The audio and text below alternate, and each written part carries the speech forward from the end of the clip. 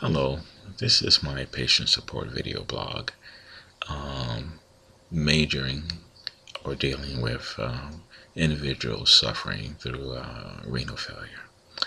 I have been diagnosed with renal failure and been dealing with the disease since 2003. And I'm hoping that the recorded sessions here of my trials and tribulations will help individuals who are currently suffering with disease or have just been diagnosed with disease have some enlightenment from a different perspective from someone else dealing with the disease. I'm in no means an expert, and I'm learning things day by day, week by week, dealing with the disease. But I talk to people I deal with at my dialysis unit doing hemodialysis, and people who are starting PD, which is a different form of dialysis where you do it at home, about the ups and downs that I've been through. And the more knowledge you have, whether professional or non-professional, can always be helpful. You take it all in and throw out the garbage, and you keep the best that you can use for your daily life.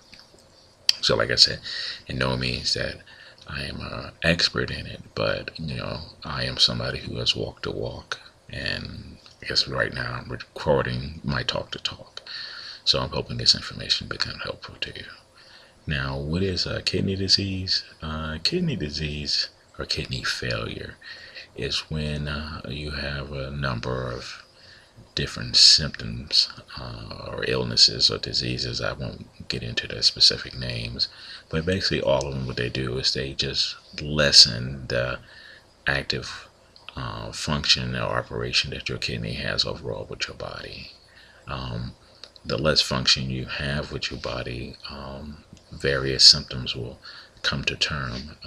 Usually the key indication is a swelling of the ankles and the hands and the face, which is called edema, is where the protein in your body is no longer being held by the blood cells in your body, and the water is not able to be kept in the cells, and it just flows in between your cell walls, and because of gravity, it'll flow down to your ankles, and even it'll flow up into your face and stuff like that.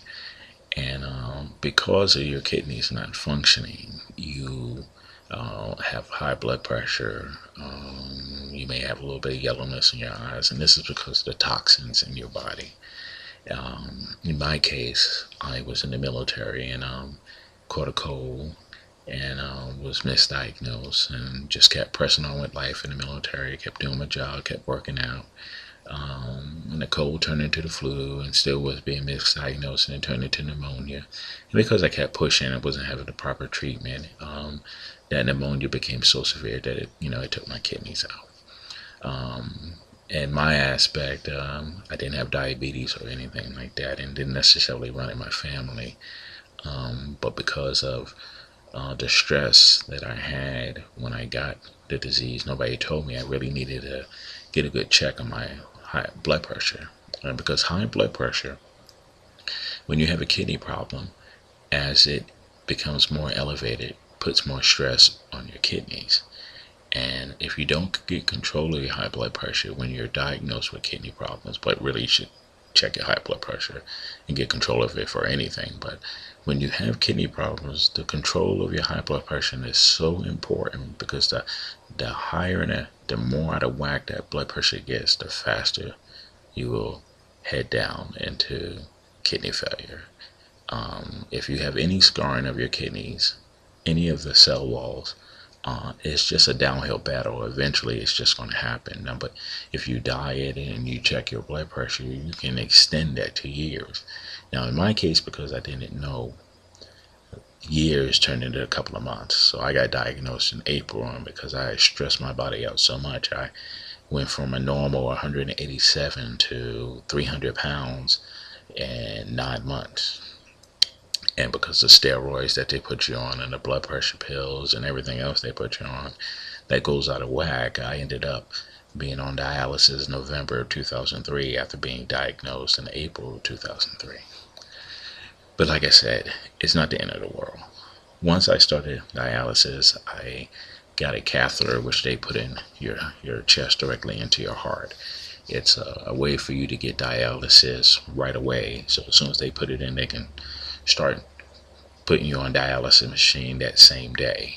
Now its efficiency towards getting the fistula, which is put into your arm, you can see right here because I just had dialysis yesterday, which is what you'll get maybe a month after you get your catheter in your chest, is more efficient than your catheter.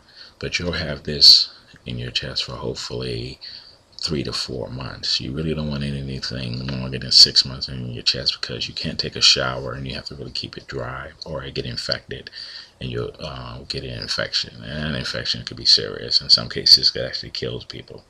So when you get this, you definitely want to, make arrangements to get a catheter put in, a fistula put in your arm. And that's when they take a vein in the artery and they wrap it in, make it one vein, so that they can move more blood through it. And the more you use it, the bigger it gets. If you can see how pronounced mine is in this arm right here towards an arm that doesn't have it. So this is my fistula, and your catheter goes here.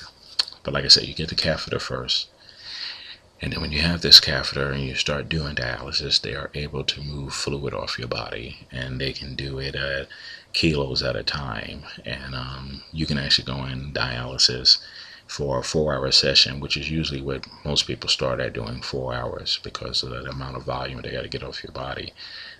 They can move 3 to 4 kilos off. Some people move about 6, but 3 is pretty stressful on the body. 4 is really, really stressful. So you really don't want to go any higher than that. And that really depends on how much fluid intake. You really have to control your fluid intake. I know that you get thirsty and you want to chug a lug like it's going crazy, but when you're on dialysis for kidney failure, you really have to watch your fluid intake. And I'll get into that later on in a couple of sessions and tell you why you have to watch your fluid intake.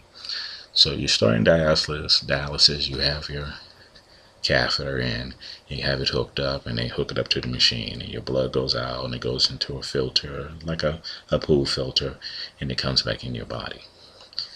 And later on I'll talk about the different chemicals, but I'm not an expert in, but I'll just tell you what I know about the different chemicals. But basically the filter cleans your blood and it takes the toxins out. Now the filter is a filter. It doesn't know good minerals from bad minerals. So what happens is the dialysis unit have to give you good minerals back. So you get that back, and after your 4-hour sessions, you may take off 2 or 3 kilos at a time. And before you got sick, before you started dialysis, you blew up to a certain amount of weight, and your renal symptoms came to a certain level. You had to be really sick to be put on end-stage renal failure. They can't say, oh, you're having kidney problems. You can go 10 years by dieting and such, and then you'll be on dialysis eventually when your kidneys go out, or you can start now. The Medicare that's out there and your health insurance just want to get you to a stage where it's life-threatening, where they'll put you on it.